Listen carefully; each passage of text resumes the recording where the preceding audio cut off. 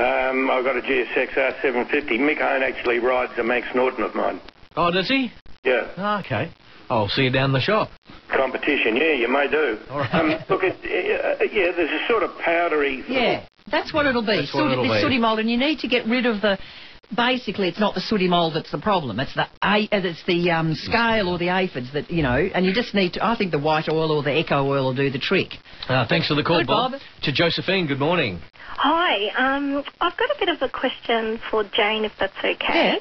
I can't for the life of me grow olive trees. Now, every time I plant them, the leaves go yellow and the stems go shrivelly. Oh. And I can't plant olive trees. I can't understand why. Mm. Now, Yes. that's odd. I mean, olive trees, Mediterranean trees, they like Yes. the sun, they don't like, they're not so keen on sort of soggy roots, you know, that's Okay. no good. Have you got very heavy soils? I've got clayey soil. Yeah. Most people are too nice to olive trees. Yeah. Plant your next one, put a scoria or a crushed rock, a blue metal in the base of it and treat it so it drains really well. And that's don't all be you as do? I nice reckon to that's, it. that's a good idea. So a bit of scoria or... Yeah, dig your hole twice as big, Yeah. fill half the hole with scoria and then shove it in there and stop watering it like you water everything else. It doesn't want the water a lemon tree does or anything like that. Yeah. What about that, Josephine? Yeah, look, that sounds good to me because I've tried so many things and I just can't seem to grow them. So Yeah, I'll that'll try be that. the trick. Yeah, Yeah, they I'm love sure. growing on cliffs and things like Yeah. that. Yeah. If you see them in Treat them Greece. tough. Yeah. Yeah. Thanks for the Good, call. Josephine. To Joy, good morning. Good morning. Yeah. I've got a golden diosoma. Yeah. Yeah. The breath of heaven. Yeah. We actually use golden diosoma in our hobby. We're into model trains, and golden diosoma makes the most beautiful trees to put on model train layout. Ah. Because you can clip. They're easy things to clip, aren't they? Yeah. And to And shape. you clip, we clip it off, take all the foliage off, Yeah. dip it in some some glue stuff, the name's gone out of my head, and then put some product on it, and it just makes beautiful trees. But the problem with my golden diosoma at the moment, it's like a round circle, but the middle has died out. Now, can I Oh. Time for a new one. pull it out and put a new one in? Yes, Yeah. I think I would. They're pretty fast growing too, the diosmas. You know, they grow... And I think when we said it was the favourite plant of the 70s, 70s. sort of thing, I think it's still one of those plants that nurseries just grow, wholesale nurseries just grow buckets of them. Yeah. They're just everywhere. Yeah, but they're very quick growing, Joy, so if you do want to replace it, I reckon that's the trick. Thanks, Joy, for the call. Good morning, Dave. G'day, how are you? Good, Dave. Good, can I speak to Jane, please? Yeah, we're all here. Hi, Jane. I remember seeing you on The Garden Show on Channel 2. Oh, that's the way, yeah. Just inquiry, I've got four actually, but three pumpkins that are about probably between the size of a basketball and a bit lower. Now, they've finished flowering, they're establishing. I just wanted to know, now that the cool weather is coming upon us, do you think they'll still mature? Yes, they will, I'm sure. Especially if we get a bit of, like Indian summer. You know, if we keep getting like days like today and tomorrow, even though the vine might go a bit mouldy and grey and a bit mildewy, don't worry about that. It's the actual pumpkin that will keep growing. You could still keep watering and feeding it for another 3 weeks and then, harvest them then. It's ready to harvest probably in a week's time. The wood Oh, okay. is starting to brown up. Yep. And it's starting to go nice and grey, because I've never grown pumpkins all my life. What sort are they? Did you put a special one in? No, I put the grey. I tried the Jap, but they died off in November because I thought it was warm in November. Then we had that cold November. Spell, yeah. Then we've put these in. We put the grey ones in, and they've shot up. They've nearly covered the whole garden. Oh, yeah, they do. And just quickly, watermelons. I've got tennis ball size ones at the moment. Will they come up? Oh, that's a bit unlikely. Unless they're the little ones, what are they called? The heirloom ones, Moon and Stars. So it's about the size of a small basketball, did you say? No, No, these are the tennis balls. Tennis ball. no, Yeah, that's, no I don't- chance. I think Compost bin for those. Yeah, Compost bin. Yeah. You're a bit harsh on your mum.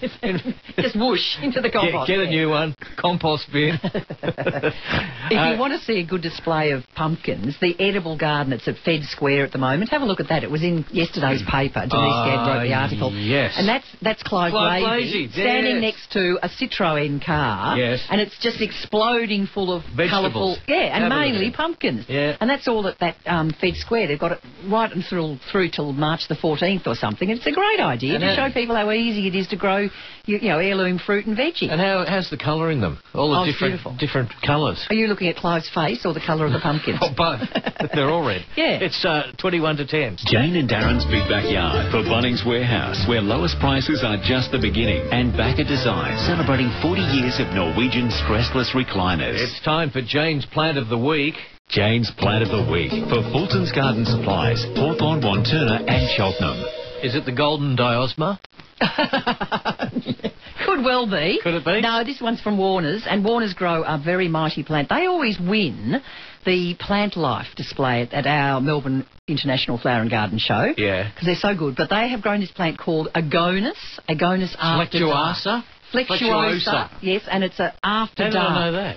I don't know, it just popped into your little brain, I think. But the After Dark is one that you would like. It's got weeping sort of foliage that is very burgundy colour. It's a really nice plant. Doesn't get as big as the old-fashioned Agonis flexuosa, which with the green leaves. Right. Do you know? Do you use it? We use it a lot. In especially landscaping, yeah. In landscaping, especially across the last few years of the tough times. We put it in, and it doesn't get as big in it. So it sits as a beautiful little feature. Or you put 2 or 3 in a front yard when the wind blows in the leaves. Yeah, they're nice. And lovely. it's that burgundy colour that looks really good. Yeah. So that's the plant of the week. That's very romantic of you, Mum. As the wind blows through the leaves. To John, good morning. Hello, Darren and Jane. How are you? John. Good. I love your show. I listen every week. That's the way. Excellent. But no offence. I'd like to talk to Martin. I've got a couple of Go questions. for it. Yay. Oh, he's sitting up and he's listening. Oh, That's fine. right. I've got one about my roses. I was wondering. I want to transport a few of my roses to my grandson. I was wondering if I get it out, what would it do with the roots? where does he live, the grandson? Just around the corner. Oh, easy. Well, wait for winter time. That's the most important thing. And, if you wait for winter time and cut it back really hard, as in at least 2/3 of the plant gone, dig it up and... Yeah, you don't hardly have to worry about the roots. You won't have to worry about the roots, and just take it round and wrap it up in some old newspaper. That's what the old-timers have always done. Wrap it up in some newspaper, keep it damp and zip it round and it'll be perfect. Are you happy with that, John? Years left of me, Martin. Don't worry about that. What did you say? I've got a few more years left of me, Martin. Don't you worry about that. Good on you, John. Thanks, John. To Kira, good morning. Hi, Darren, Jane and Martin. How are you? Hi, Kira. Hi, I have a couple of questions.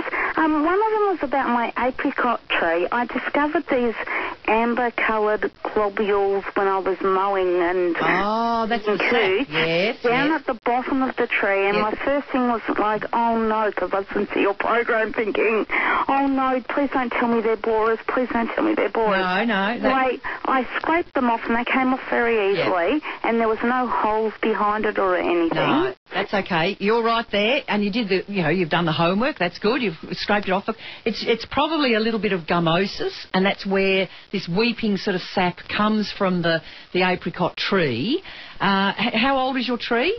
2 years old. Okay. They've given me an apricot. Yeah, and you haven't got the lawn growing right up to the base of the trunk, have Oh you? no, I always clear Clear all that, diameter around all the fruit trees. Good.